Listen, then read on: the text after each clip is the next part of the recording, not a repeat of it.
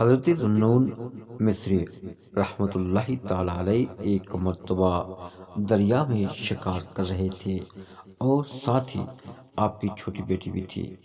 جب دریا میں جال پھینکا تو ایک مچھلی جال میں آئی۔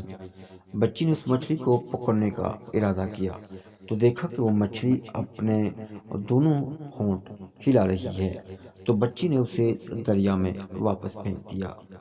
حضرت ذوالنون مصری نے اپنی بیٹی سے فرمایا کہ بیٹی تو نے ہماری محنت کو ضائع کر دیا۔ بچی نے عرض کیا کہ جو چیز اللہ پاک کا ذکر کرتی ہو میں اسے کھانے کے لیے راضی نہیں ہوں۔ حضرت ذوالنون مصری نے فرمایا اے بیٹی اب ہم کیا کریں؟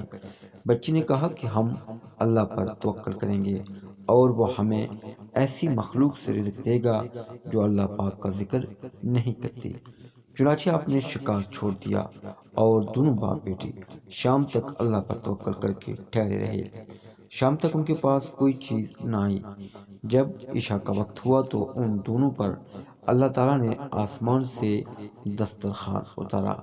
اس میں طرح طرح کے کھانے تھے اور یہ 12 سال تک ہر رات کو نازل ہوتا رہا۔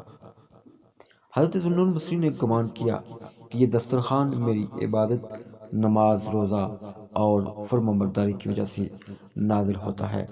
جب آپ کی بیٹی فوت ہو گئی تو وہ دسترخوان نازل ہونا بند ہو گیا۔ تب آپ کو معلوم ہوا کہ دسترخوان تو بیٹی کی وجہ سے اترتا تھا نہ کہ میری وجہ سے۔ پھر آپ نے اپنے گمان سے رجوع کی وَمَن يَتَوَکَّلْ عَلَى اللَّهِ فَهُوَ حَسْبُهُ إِنَّ اللَّهَ بالغ امرہ، اور جو اللہ پر بھروسہ کرے تو وہ اسے کافی ہے، بے شک اللہ تعالیٰ اپنا کام پورا کرنے والا ہے۔ اللہ رب العزت ہمیں بھی اب توکل کی توفیق عطا فرمائے۔